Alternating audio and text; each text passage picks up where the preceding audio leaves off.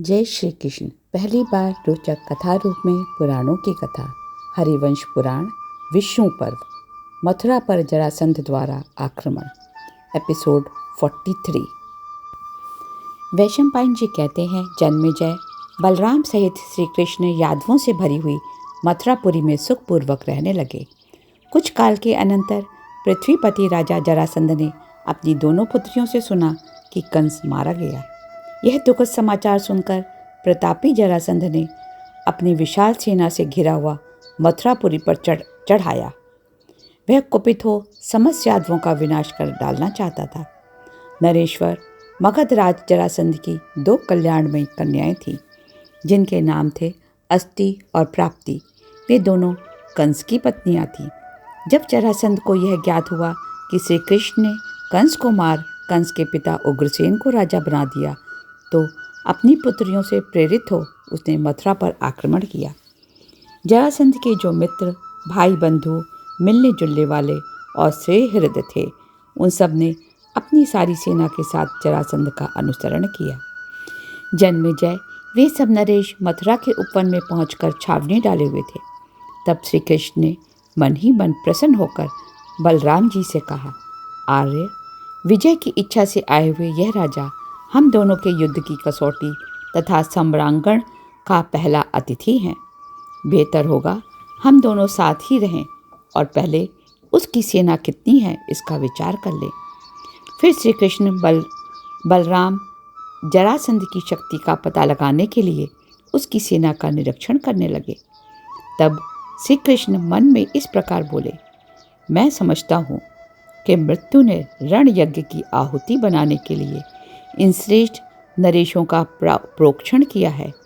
थोड़े ही समय में जब यह सैकड़ों नरेश सैन्य सहित मार गिराए जाएंगे, तब यह भूतल निर्जन सा हो जाएगा।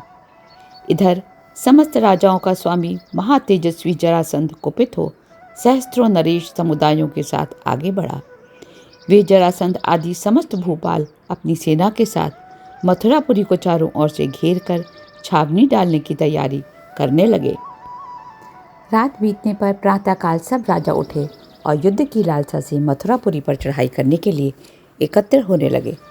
तब जरासंध ने घोषणा की, राजाओं की सेनाएं शीघ्र आक्रमण करें और इस मथुरा नगरी को सब ओर से सैनिकों समूह द्वारा घेर लें। यह घिराव तब तक रखा जाए जब तक मैं युद्ध में इन दोनों ग्वालों वासुदेव पुत्र बलराम और श्री कृष्ण को मार ना डालूं। आज ही आप सब भूपाल मिलकर इस महलों के समूहों से भरी सारी नगरी को गर्द में मिलाकर समतल भूमि के समान कर दें। इस प्रकार आदेश दे चतुरांगणी सेना को व्यूह बनाकर जरासंध युद्ध के लिए डट गया। तब अपनी सेना का व्यूह बनाकर प्रहार कुशल यादवों ने जरासंध का सामना किया। उनका वह युद्ध देवासुर संग्राम के समान भयंकर प्रतीत होता था। इसी समय श्री कृष्ण और बलराम नगर से बाहर निकले। कवच धारण करके रथ पर बैठे हुए वे दोनों यादव वीर वहां विचरने लगे। दोनों वीर योद्धाओं के मन में यह संकल्प उठा, यदि हमारे पुरातन अस्त्र आ जाते तो हम उन्हें ही लेकर युद्ध करते। उनके ऐसा विचार करते ही आकाश से वह दिव्य आयुध नीचे आने लगे, जो शत्रुओं को चाट जाने के लिए उद्युत दिखाई देते थे। उनके पीछे मांसभक्षी भूत प्रेत आदि भी युद्ध में आए। उन्हें देख लगता था वे राजाओं के रक्त मांस का उपभोग करने के लिए मानो अत्यंत भूखे प्यासे थे। तदंतर यादवों में श्रेष्ठ श्रीमान बलराम ने सौनंद नामक श्रेष्ठ मूसल को बाएं हाथ में ग्रहण किया। इसके बाद श्री कृष्ण ने मेघ के समान गंभीर घोष करने वाले शार्ग नाम के धनुष को ग्रहण किया।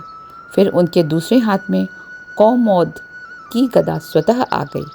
उन आयुधों से युक्त हो दोनों वीर बलराम और श्री कृष्ण सम्रांगण में उन शत्रुओं के साथ युद्ध करने लगे। रणभूमि में बलराम जी के द्वारा मारे जाते हुए वे क्षत्रिय शिरोमणि भयभीत हो समर से पीछे हटकर जरासंध के पास भाग गए। यह देख जरासंध बोला, योद्धाओं, तुम भयभीत होकर युद्ध से पीछे क्यों हटते हो? तुम शीघ्र ही वापस लौट आओ, तो या तो फिर सब दर्शक बनकर तब तक खड़े रहो जब तक कि मैं रणभूमि में इन ग्वालों को मारकर यमलोक नहीं भेज देता हूँ। तब जरासंध से प्रेरित हो वे सब युद्ध के लिए डट गए और आगे बढ़कर युद्ध करने लगे।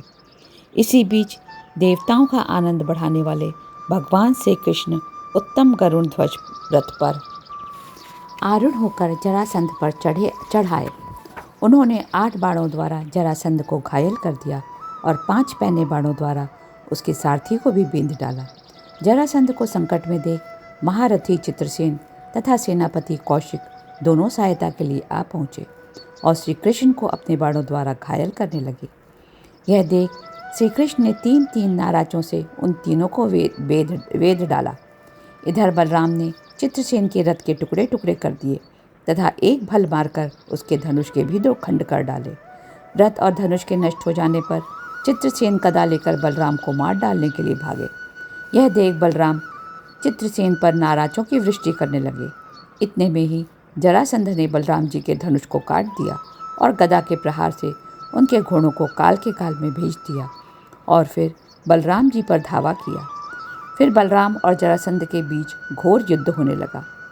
चित्रसेन भी विशाल गज की सेना के साथ जरासंध और बलराम के बीच में आ गए और उन दोनों भाइयों के साथ घोर युद्ध करने लगा। वृषियों के साथ जरासंध के योद्धाओं का वह घमासान युद्ध भयानक रूप धारण करता जा रहा था। वैशंपायन जी कहते हैं, जन्मेजय तदंतर जरासंध के महावतों और अनुगामी नरेशों के साथ वृषियों के कई बड़े बड़े युद्ध हुए।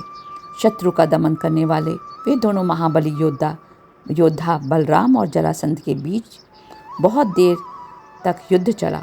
जब बलदेव जी हल मूसल उठाए हुए जरासंध का वध करने का प्रयत्न करने लगे तब आकाशवाणी हुई, बलराम जी, जरासंध का वध आपके हाथों होने वाला नहीं। यह जरासंध थोड़े ही समय में मृत्यु को प्राप्त होने वाला है। आकाशवाणी सुन जरासंध उदास हो गया और बलराम जी ने फिर उस पर प्रहार नहीं किया। राजा जरासंध जब परास्त होकर युद्ध से हट गया तब यादवों ने उसका पीछा भी नहीं किया। भगवान श्री कृष्ण द्वारा सुरक्षित महाबली यादव अपने लक्ष्य में सफल हो चुके थे। अतः वह अपनी सेना लेकर बड़ी प्रसन्नता के साथ मथुरापुरी में लौट आए। वृषणी वीर जरासंध की जीत कर भी उसे हारा हुआ नहीं मानते थे। महाबली यादवों ने जरासंध को 18 बार युद्ध का अवसर प्रदान किया, किंतु वह किसी भी समय उसे मार ना सके। जय श्री कृष्ण। अगले अंक में सुनेंगे जरासंध के पुनः आक्रमण पर विकद्रु द्वारा यदु एवं यादवों की उत्पत्ति का वर्णन। Please don't forget to like, share and subscribe.